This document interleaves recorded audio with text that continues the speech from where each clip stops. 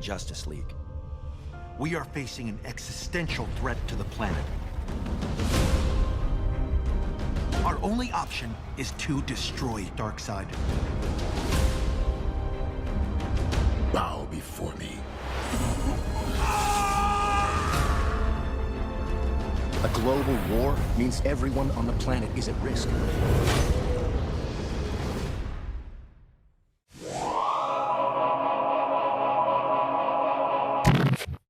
Hello, everyone, and welcome back to another Film Optics movie review. And today we are going to be reviewing Justice League Dark Apokolips War. I am your host, Christian, and joining me today is one of my good friends, Jared, back on the pod. How are you doing today, man? I'm good. I'm excellent. You know, I'm just it's kind of sad that the new 52 animated universe now is like done. Yeah, I think it's very sad. Yeah. But you know what? They went out on a banger though. That's the topic of this video today, or whatever. Bangers, yeah. bangers is the topic of this video. Yeah. But yeah, so as I mentioned before, we will be reviewing Justice League Dark Apokolips War. A little bit of a mouthful, but it is a great film.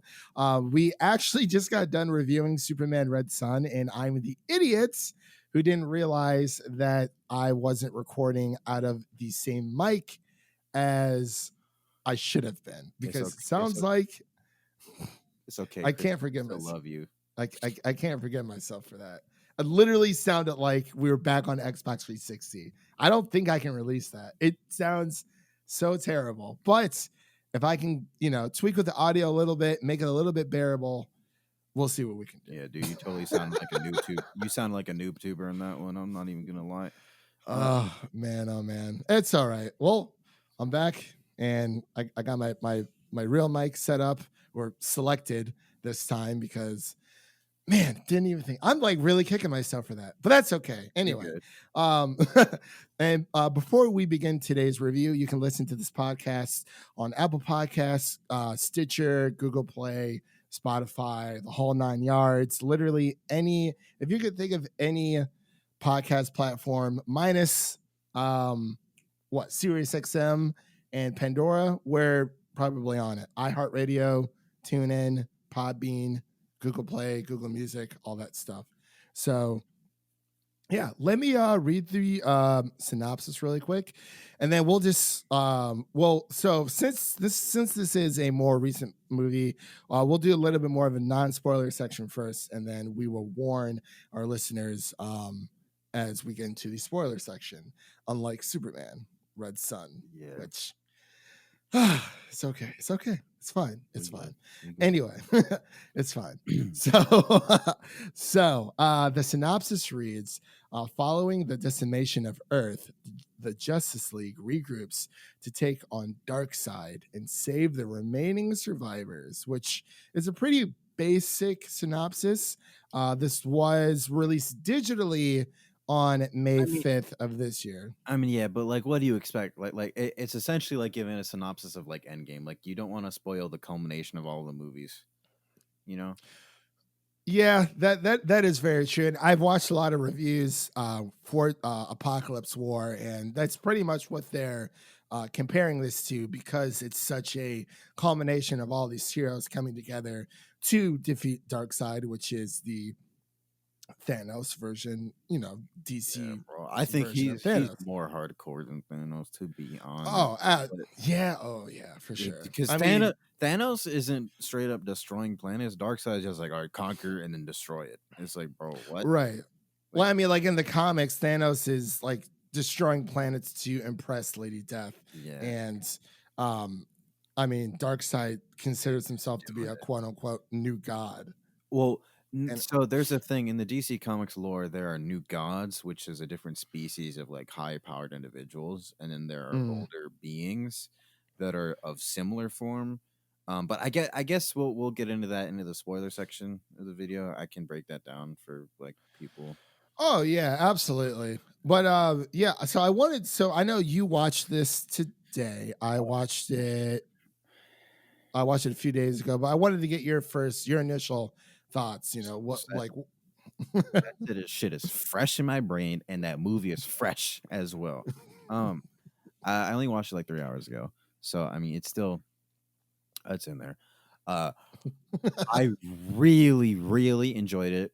Because so like in terms of DC characters, right? Like I could say, oh, Batman's my favorite, which may or may not be true depending on how I'm feeling. But John Constantine has always been like one of my favorite DC characters. Just the whole like darker DC, the Vertigo line of comics. So that's typically what like Swamp Thing and like John Constantine are from, like, and like Etrigan, all the like demon type shit is from. Those typically have like writers such as like Neil Gaiman in them, so those are really high quality for me. And John Constantine's role in this movie was of utmost importance. It almost seemed as if he was the main character rather than Batman or Superman was.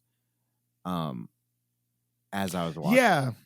And I Yeah. really, really liked that because he's really good, like well written character, and honestly, he doesn't get enough attention as he probably should.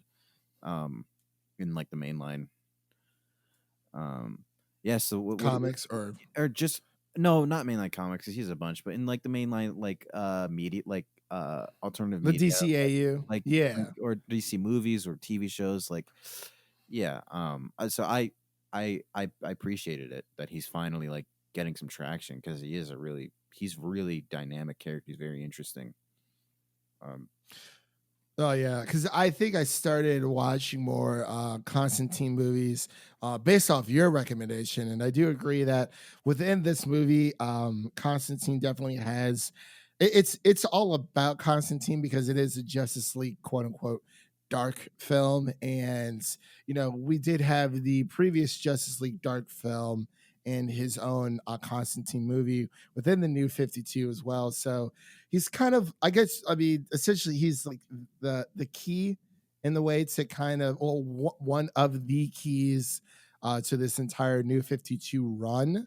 Yeah. And oh, sorry, go ahead. No, keep going. I'm just saying, like, yeah, I agree. Yeah. So with John Constantine, he I think out of everyone in the film, he definitely has the he is the front runner. He has the number one like the biggest arc, I would say, out of anyone. Yeah. And between him and pretty much every other main player in this film, I felt like it was like I guess you could say a smaller scale Avengers Endgame. I mean, there were a lot of similarities, Yeah. but this movie's been in the works for years. So it's not like they made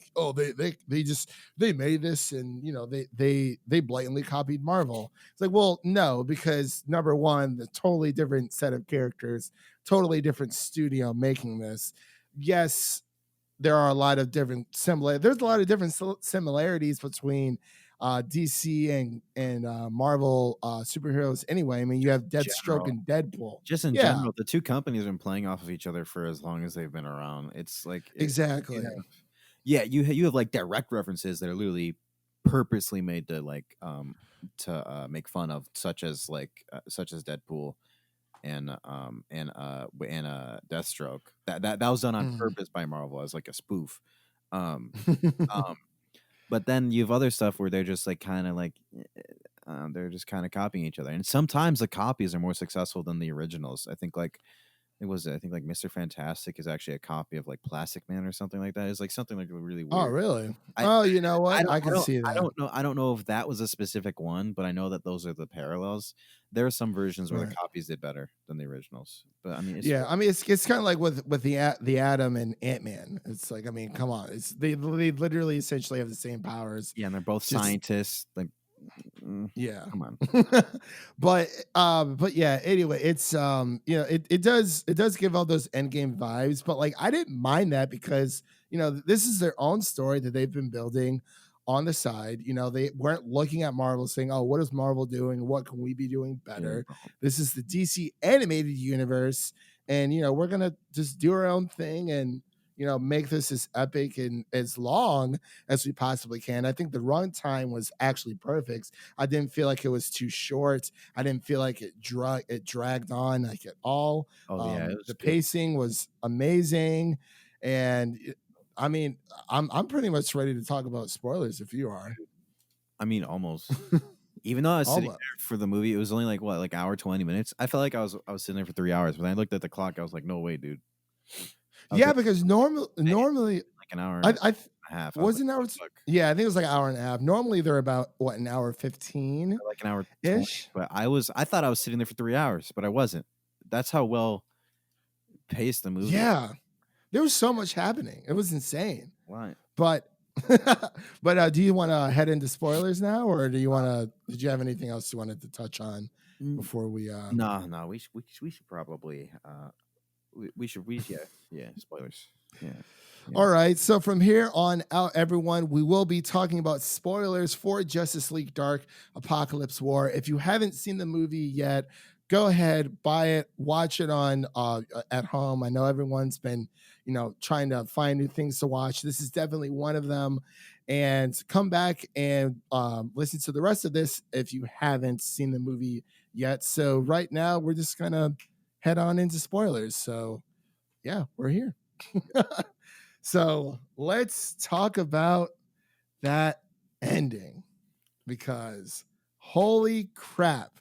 Like, not only was this movie rated R, which I didn't know, there was blood. There was blood, and I was like, okay, PG-13. And then they showed gore and like the fucking like Darkseid things ripping shit in half. I was like, oh my god. I was like, this is what DC is. DC is a comic book industry for adults. That's always been my thing. It's always more mature content, and they're aware of it. I really, really appreciate when they do their stuff. It's Yeah. great. Yeah, this movie actually makes me want to go back and rewatch the New 52 from the beginning, because as we all know, this does start with Flashpoint Paradox, and then goes from there, and pretty much everything from Flashpoint Paradox on is just like, you get Justice League War and all. It's just an insane amount of detail within this movie. You get, like, I mean, the whole romance between Robin and Raven was amazing. And then, I mean, Robin's death was like gut wrenching. Freaking Superman leading everybody to their deaths, Bro. Everybody, the beginning of the movie, and he doesn't have his the beginning, and then again when he has no powers. That's what was cool. I actually like that, because people are like, oh, Superman, if he doesn't have any powers, he's not. I'm like, no, dude, you don't understand. He's an okay. He's a silver tongue. He actually is a good, well written character. Yeah, definitely. I mean, literally, people like to say, "Oh, Superman." Blah, blah, blah. I'm like, no, dude. Superman gets his ass beat all the time. People like to pretend like he doesn't. You know who actually is overpowered and nobody says anything? Batman is actually overpowered and nobody says anything at all, ever. Batman does know how to take a punch from the supernatural once or twice, for sure. I mean, I'm not the biggest Superman fan myself, but I do appreciate him as a character. I mean, I'm growing to like him. I still can't put him as like my number one, but, or, like in my like top 5, but he's definitely like in my top 10. Yeah. And, especially with Superman Red Sun, I love that film. And I know, like Superman is overpowered. I am the kind of person who does, who prefers Goku over Superman. It's just the way I am. I mean, I grew up with both, but like, this is my boy Goku, like we can make we can make another video on this topic. Let's anyway, but yes, super, as I derailed there for a little bit, but going back on topic, the beginning of this movie, Superman, this actually technically takes place right after, I believe it's the reign of Superman, because towards the end of that movie, Lex Luthor comes in, and that's when they just figure out that Darkseid is behind everything.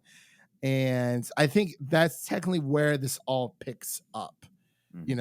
Literally every character, every superhero, that DC pretty much has to offer, it's gathered together. They're all in the Hall of Justice. And, Superman's like, all right, we got our game plan. We're going to do this, this, and this. But unknowingly, the entire time with Cyborg, he has the, I guess you could call it the apocalypse technology interwoven. That's what gave him his powers in the first place. Now, I had already known that shit. I was just I mean, from like, because I grew up reading all the Justice League and like DC comics and stuff. But like I always know like Cyborg's character exists to link to Darkseid, or Darkseid, whatever the fuck. Darkseid. Yeah, and like basically it's just a matter of time before like the end of the world comes. That's essentially the end of Cyborg's like timeline, or the this universe timeline ends with like the culmination of like Darkseid coming and stuff. Typically, right? Yeah, but yeah. So with as they're all huddled up in their nice little meeting, and then it zooms in on Cyborg, and then through his lens is Darkseid. I was like, yo, what? Like, what is going on? Like, oh my god. And like I totally forgot for a minute because it's been a while since I kind of forgot the connection between Cyborg and Darkseid. But then it's just like the worst idea ever. But like unknowingly this happens. Darkseid's literally, he might as well just be chilling in the corner. Yeah. And saying, hey, just writing down notes like, oh, so they're gonna attack from the left flank, are they? And I was like, dude, like he had this grin on his face, and I was just like, well, this cannot end well. Because I think they're about to die. Mm-hmm. And as we all know, Darkseid just completely destroyed. They're trying to take the fight to Darkseid, and they get their asses handed to. And Constantine is the one who ends up running away from all this. And then 2 years later, when Darkseid has pretty much taken over humanity, and it's just terrible. It's down being, bro. Everybody has a 5 o'clock shadow or a beard. Everybody. Everyone's kind of sort of in quarantine. Like they have like their quarantine outfits on. Quarantine beard. Their beard. Raven looks like she's been shooting up heroin. She always do though, but like extra this time. She did, man. She had like during the beginning, I'm like, oh, she's got a nice full face. But then like 2 years later, it showed like the bones, like her cheekbones were kind of like, I was like, yo, like, has Raven been hitting the juice? Like, what's going on? Has she been shooting the needles? Like, I mean, I know she's a depressing person, but I didn't think she was going to go that far, like, at all. But, I mean, we see that, Darkseid, like, he doesn't just kill everyone who comes to Apokolips. He has plans for all of them. Exactly. If you're fucking useful, he makes use of you. Well, he made Superman into a little bitch. So. Superman, bro. What you gonna do with Superman? Because Superman was the one who stood the most chance. So Darkseid was just like, all right, bro, I'm gonna humiliate you. I ain't even gonna kill you. You're not worth it. That backfires, bro. Should have just killed him. Like it does backfire, and I really like everything is so interwoven and it all comes together at the end. But it's like I really enjoyed how instead of Darkseid killing Superman, he injects him with kryptonite into his bloodstream with kryptonite, to keep him human. Essentially, it's just like and it's like that is a hoe tag. That's a tramp stamp. Like pretty much. But it all starts 2 years later. Constantine's down on his luck. His love of his life, Zatanna. Yeah. Sorry, I'm like butchering everyone's name left and right. But she ends up dying during the happening. When Superman's like, oh, we need to fight, and we got to take this to Darkseid, and it just becomes a massacre. And then he's in this in this big drunken depressing stage for a while. With this homie Etrigan. He doesn't rhyme until the end. He's depressed because he was depressed. He rhymed. Yeah, he was depressed because he was happy. You see, you see, full circle. That's the full circle, man. But yeah, it's. I mean, between I really like how the Suicide Squad's in this movie, and it's kind of like messed up how Harley becomes the leader of the Suicide Squad, because they're like, oh, like what happened to Amanda Waller? She's like, oh, she died. Cancer, and everybody's just blank face, like, bro, like. And then she's like, sorry, it's a coping mechanism. I was like, yeah. Like she was like, oh, she died, and like it's like, yeah, she died of cancer. It's like, like wow, that's actually really horrible, and it's just like, like it is what it is type deal. But Lois Lane was like kicking ass like the entire time in this movie. Loved it. But I know I've been talking for a while, so I'm gonna let you give your thoughts. I'm sorry if I'm like going off the handle here. Well, I mean, I've been given stuff, but Lois Lane was really, kick ass. I have to say, and also just the stuff with Wonder Woman. What was interesting was how all three of the main, like, the like main DC players, like Wonder Woman, Batman, and Superman, were all redeemed in a way at the end. I found fascinating because Darkseid. I mean, he essentially made everybody else cyborg versions of themselves. And I like how Constantine was actually the one who basically set up the dominoes for that shit to occur when he turned Wonder Woman's lasso of truth against her. That was really fucking lit. Oh, that was amazing. His comment, he was like, yeah, see, thing about these is they work both ways. And then that bitch just like hacks into her lasso or some shit. I don't know. And just like freeze her ass from Brainiac shit. And then Wonder Woman's just out there facing the rest of the old Justice League by herself because she's also overpowered. But I think what did it for me, the whole movie, was at the end. So also what's good about the movie is Batman is essentially not in the movie. I mean, he's in the movie, right? But he's not in the movie until the very end. Even then, Batman actually doesn't do much. Like, a lot of times, like, Batman will overshadow the rest of the Justice League or anything if he's in anything. Or call anyone out. Yeah. Pretty much. But this one, they did really good. It's like not even a Batman movie. Usually a Justice League movie typically means Batman is the main character. Yeah. That's not the case. This was so well done, but it culminated for me in the very end when Batman almost kills Damian. But that was insane, and he gets a flashback of the dude who murdered his parents pointing a gun at him. And then even though he was holding a sword, it was kind of it was a similar thing because he was about to kill like a child, and so he was like, and that's what made him snap out of the whole like Darkseid thing. And then he was like go to hell, and he like threw the fucking sword in Darkseid's eyes. I was like, yo, the bat is back.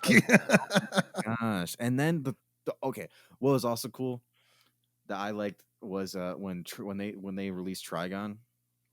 Oh, that was, dude. Can we talk about that? Like, that was insane. So, and then he takes over Superman and gets rid of the kryptonite in his bloodstream. And then what he looks like, I was like, that is the most badass looking Superman I've ever fucking. That is what my thought process was. I was like, where's the fan art of this? Where's the fan art?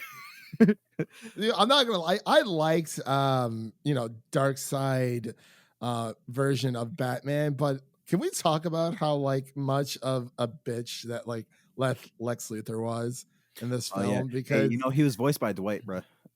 He was by a Rainn Wilson. Yeah, Rainn Wilson. Yeah, some good stuff, man. Well, like he like at first, there's I think it was called Sleeper, was the person who was like feeding Lois Lane information Yeah, about Darkseid's plan. I thought that maybe that could have been Batman. I thought maybe it was some weird fucked up scheme that Batman had where he would pretend to be part of Darkseid. But when it was Lex Luthor, I was like, okay. I was like, huh, interesting. Yeah, But or like he like broke Darkseid's, like programming earlier, and then was kind of like, yeah, I thought maybe that's playing what in it the was. shadows. Yeah, but that's not what it was at all. And that was actually Yeah, pretty good because that was a surprise. yeah.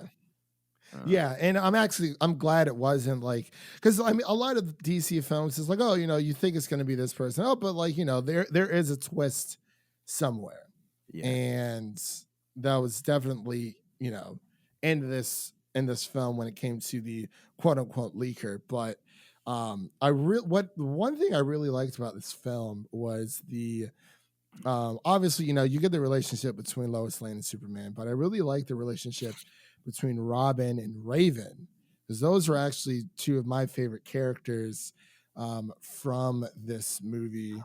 And I knew, like, I know a That lot of people weren't like sorry, go ahead. that actually brings me to my critique, but you can finish. I have Okay. one singular critique over the movie, but you should probably say what you want to say first. Okay. So when it comes to the relationship, I know it wasn't like out there in the open within the other movies, but I liked it. I know a lot of people didn't. It did come out of the blue like a little bit, but it was a genuine attraction. It wasn't like, oh, like we have two teenagers, we had to put them together and make them fall in love. Like it actually felt like there was care there, and there was feeling, and there was trust between them. But yeah, that's all I'd say about it. Um, yeah. My critique stemmed from the voice actor for Damien. It just seemed like I don't know. It was very odd. I know that he doesn't have a lot of emotions similar to his father. So that He was has like a little bit more. yeah. Batman has a little bit more than Damien. But the voice actor kind of was like he sounded too much like a little kid. And it's like, bro, aren't they supposed to be like 16 or 17? Like he's over here with the little. I guess that's how a 16, 17-year-old would talk. Yeah, I don't know. But yeah, I see what you're saying. It's kind of hard to get that teenage voice down. Yeah, and the voice acting was kind of stale on his part, but I mean, other than that, everything was like pretty solid. I mean, once I got over that part of it, everything else in that movie was like perfect. Like, I mean, this whole entire that whole thing was an experience. No, it really was, man. And I actually just looked up the runtime. Apparently, it's running around an hour 40. Oh, So maybe it was as long as we thought. maybe it but was. like it was good. Like it didn't feel that long at all. No, Like it that felt was longer, insane. but you know what? You know how like it felt longer, but like you don't get bored. It like kind of like when you watch when people watch Gladiator. Yeah. It's like that. Yeah. Feeling. Yeah. Like it. Okay, although Gladiator is really long, but I mean in terms of it's a feeling that like you lose track of time and you don't really you don't want to walk away from the TV at all because you're just completely absorbed into what you're watching. You don't know how time's going by. Like 6 hours could have gone by or one. You don't know. But it's just so good. It's a great experience. Yeah. No, I totally agree with you there. I've actually been like pretty much that's how you know that a movie's just that good, where you're kind of just sitting there, like there's no distractions around you. You kind of made, like, I normally try to make sure there isn't a lot of distractions around me if I'm sitting down and watching a movie for the first time. Like I don't like to be rushed. I don't want to feel rushed just to have to like watch a movie. I want to like sit there, take my time with it and whatnot, and kind of digest it, marinate in it for a little bit. And I only just watched this, what was it, 2 days ago, and I definitely want to watch it again. And I might watch it again this weekend because it's just that epic of a movie. Yeah, And it made me wait, want. go ahead. I want to watch like the rest of the stuff because like I've watched some of them, but I want to go back and watch the whole DC animated movie universe again because it's just Right. like Right. And like the right keys after to I all finished it, I started to watch Flashpoint, but I was like, nah, I gotta get on Discord because I was like, wait, I don't have time for this. We start this at 8. I would have started Flash that at like 6:45, so I would have like just gotten on at like 8:01 when the movie. He was like, yo, bro, sorry, I just watched Flashpoint. It's like, you what? It's like, No. hey, what? Jared, you watched the wrong movie. Yeah. Jared, no. It's like not Justice League War, Apokolips War. Oh. Well, no. Yeah. So speaking of Flashpoint, because I mean the Flash is the one who pretty much, Constantine finds out that, he's essentially the key, and that, he needs that Flash needs to return to his own Yeah, time in see, order to. that's also the thing where Constantine again is the like paradigm, or not the he's the pivot that which this whole entire movie revolves around.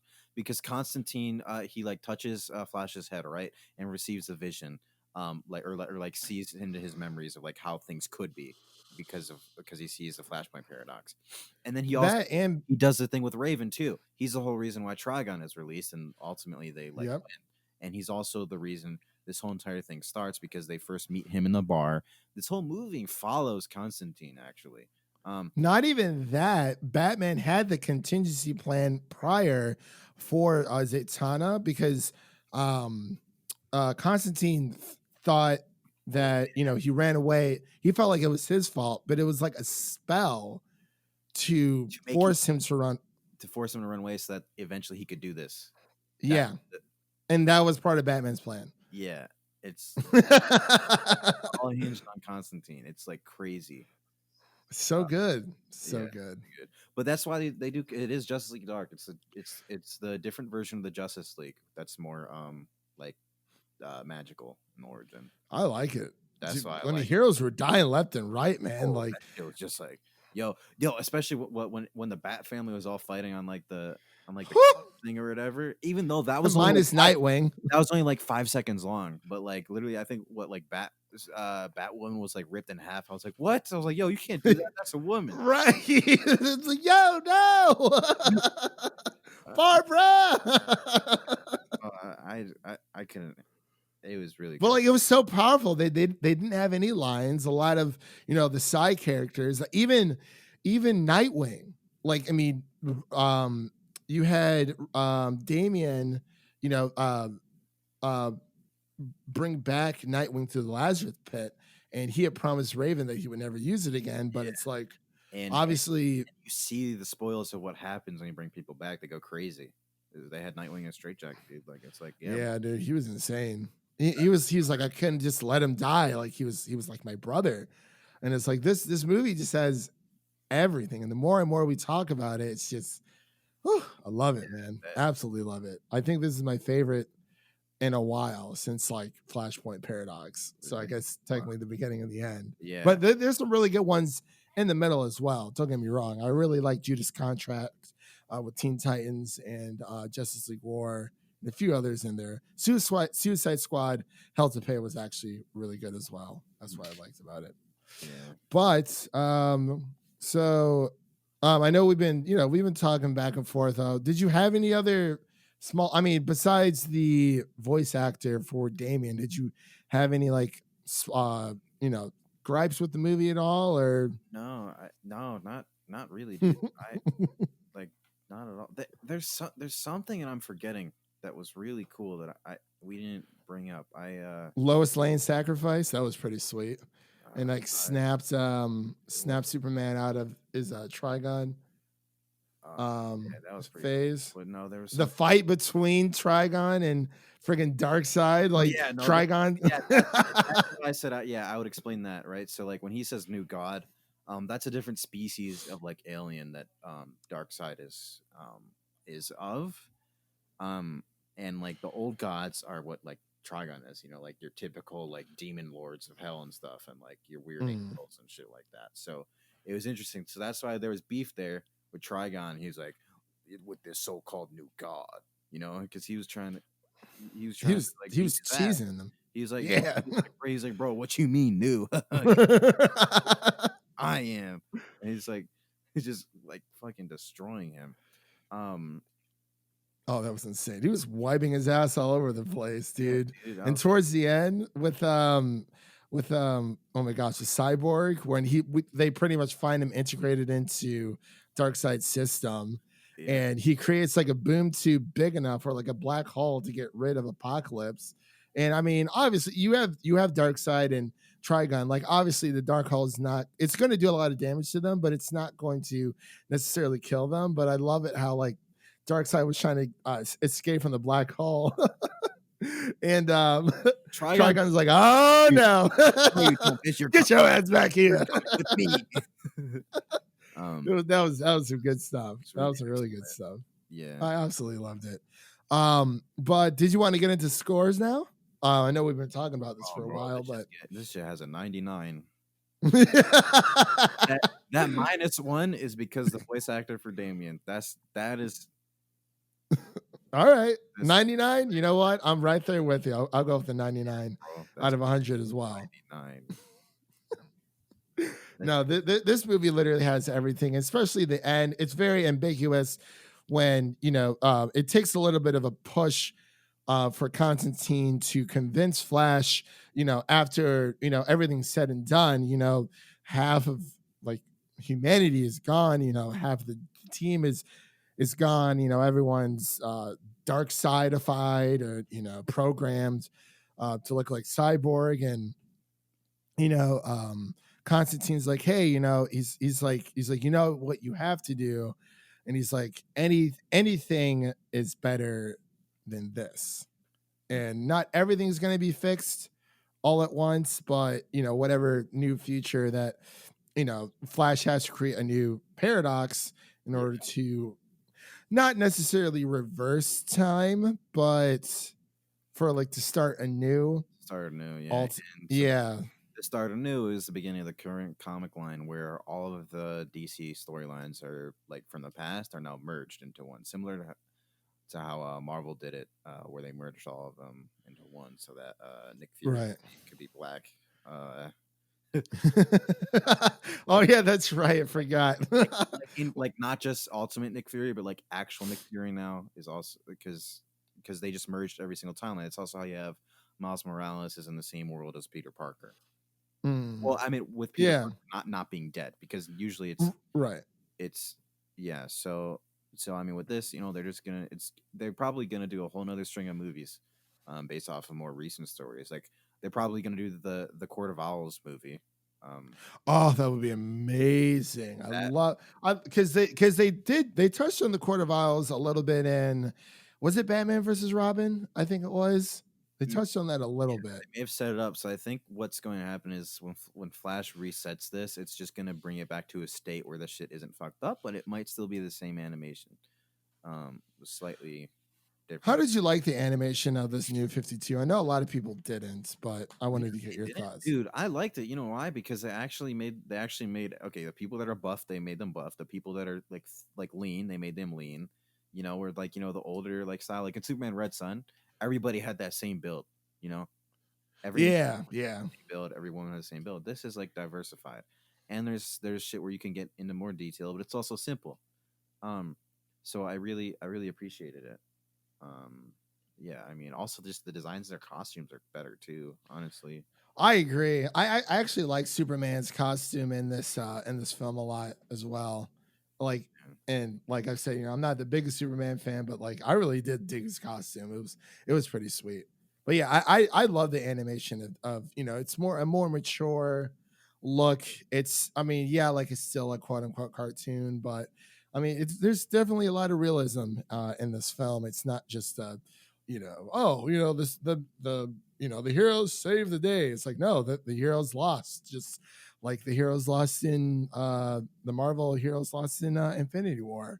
I can't really say which one is worse than the other. This one though, I think this one was pretty bad. Like I think this was 10 times worse. Oh yeah, no, yeah. Like in terms of like the state of the world. Oh yeah. Also this one, even though they won, they didn't win. Yeah. They won, but at what cost? Because they lost everybody. Over half the Justice League isn't even human anymore. They're just like, and then Right. you got like just all the whole fucking planet is fucked up. It's not like okay, like okay, sure, in Avengers and shit, it's like okay, you'll have like okay some Tapple buildings, right? But they fix that. They fix that shit in what like 5 years, bro. This shit in Justice League, they're not. You're not gonna fix it, especially because the very No. end. The reason why they had to like solve it was because what is it? It was like Batman said that yeah, so much internal magma from the Earth's core is drained that it's just like the Earth's axis is going to be fucked up. So either there's going to be extreme heat or extreme cold, and everything is going to die on the planet. Even though they saved the planet, they didn't save it. They're still. I mean, they salvaged quote unquote it, but yeah, I do agree with you there when it comes to the differences between Endgame and this. I mean, Endgame, yeah, like a lot of people, were snapped out of existence, but I mean, there was reasoning behind that. Yeah. Per Thanos, and they had a way to bring people back, and yes, they did have a way to quote unquote bring people back in Justice League Dark, but this was Darkseid was he just wanted to take over and destroy. Yeah. Thanos wanted to ensure the life of the entire I said Thanos wanted to smash. That's Thanos wanted to smash in the comics. Yes, he did. Yeah. But yeah, I mean, it was more of just, life form correction per Thanos versus, I mean, it's because, I mean, everything was like essentially kind of sort of fixed as soon as everyone was snapped back. Yeah. And it was kind of like life just like resumes as it should. In a way, I mean, we saw a little bit of a difference in Spider-Man Far From Home, but other than that, it seemed like everything was pretty much, humanity was going back on track with its daily lives. But with this was just, this was actual death. And that, yeah, like they had a way to alter the course of the future, but there's no guarantee or no promises that things will ever be the same. Yeah. But that's all I pretty much have to say on the movies. Do you have anything else you wanted to touch on before we wrap up here? No, not really, dude. Because I mean, I'm gonna go watch it right now. It was really fucking good. It was really good. Like I need like I said, like I want to go back and watch everything now, even though I know I'm watching 1,000 other things. Like I want to go back and watch some DC movies, like the good ones. But it's like, why can't the DC EU just be as good as the AU? Like, I know the AU doesn't have, because they need to have somebody that connects everything. So, like, the MCU has Joss Whedon connecting it, right? No, is it? No, it's MCU. No, it's Kevin Feige. Oh, right. Sorry, it's Kevin Feige. Sorry, bro, I'm fucking up. Yeah, the DCU needs somebody that's overseeing everything. Yeah, they need their own Feige. They really do. They need to find someone who isn't just a DC fan, but a fan of comics. Yeah, as a whole. Because even the Russo brothers, they love comic books. Yeah, bro. It's just that Marvel ended up hiring them, so of course they're going to make Marvel films. Yeah, you also got to get somebody, even though they love them, you got to make sure they read them, my guy. Because what's his face? Who directed Batman vs Superman? Like Zack Snyder. Yeah, I liked it. However, he does not understand who Batman is. He does not. He's also a giant prick. Yes, I've seen interviews. That is facts. Well, I mean, like it's a little bit different because, like, I understand, like, yeah, like his daughter did commit suicide, and that is, something that we will probably never go through. But true, I don't think that really gives you the right to be like a dick towards others. Yeah, no, and then there's also stuff with the okay, in terms of Batman killing people. Yeah, if Batman starts to kill people, he's no longer Batman. Dude, like people don't. Okay, that's for another time, though. I guess. I can get into that to another time. What makes Batman Batman is that he does not kill.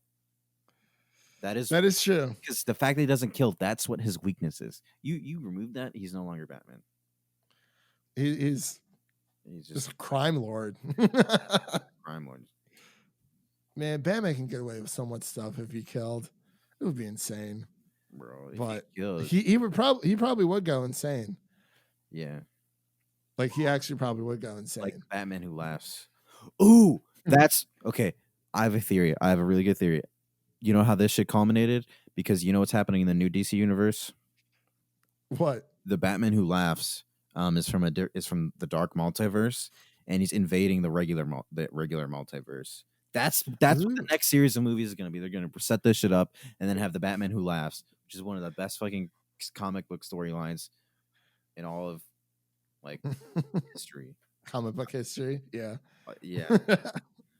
All right. Yeah, I'll definitely have to look into that. I think, I think DC's next project is Superman Man of Tomorrow.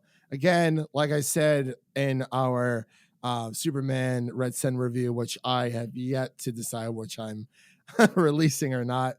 I want them to mix it up. You know, I like, you know, I love the Justice League movies. I want to see more Teen Titans and maybe get some Doom Patrol in there or something. Bro, I want to You see know, more Raven stuff. I want to see shit with Brother Blood. mm-hmm. That's I want to see a lot. I want to see a lot of Teen Titans stuff because those are actually really the comics are very good. If they could adapt them properly, it's just amazing. It would be really amazing. Like every single fucking Teen Titans movie would be like this. Trust me.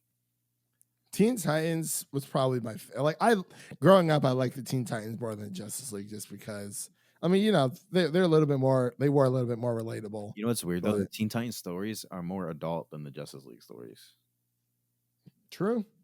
Because I mean, it's essentially coming of age comics. Yeah. You know, they're dealing with all these problems of trying to figure out who they will become and who they want to become and who they're meant to transform into. No, So there's also just fucked up storylines. That's what I'm talking. I'm not even talking about no metaphorical stuff. I'm talking about actual like just really just fucked up like Tara sleeping with Slade. no Even no though he's like the stuff with Raven is why it's really yeah. because technically Raven in DC lore is the Antichrist.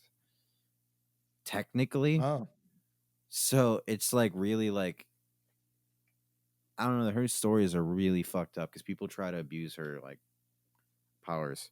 It's actually very Ergo, her father. Yeah. yeah. Man. All right. But yeah. Well, yeah, I believe that does it here for the Justice League Dark Apokolips War review. We talked about this for a while, and honestly, I loved every second of it. For everyone out there who's listening, I'm not sure. I can't remember if I mentioned this during the beginning of the podcast, but we are doing a Star Wars Skywalker Saga giveaway. So we're going to be giving all 9 movies to one lucky winner. I believe there are 3 days left, and it ends on May 12th. I might extend it at least just one more day, just to get the word out there a little bit longer.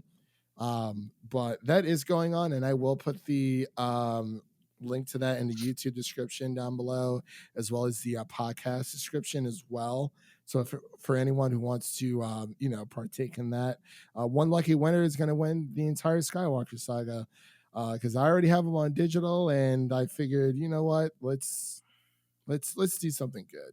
You know, it's everyone's in quarantine. For people who don't have Disney Plus, I feel like this will be a nice little surprise or a nice little gift to give back. You know, I mean, I'm not going to do anything with them, so there's that. And you can follow us on YouTube, Twitter, Apple Podcasts, the whole 9, Instagram, all at Film Optics. Optics is spelled OPTIX. And as always, Jared, thank you for coming on. I definitely have to have you on a little bit more once you're out of school and we can start making a little bit more content. Have you on some of the news pods and podcasts. I cannot talk right now, but that pretty much does it here for today, everyone. Thank you so much for listening in, and we will see you guys in the next one. Mm-hmm. Wow.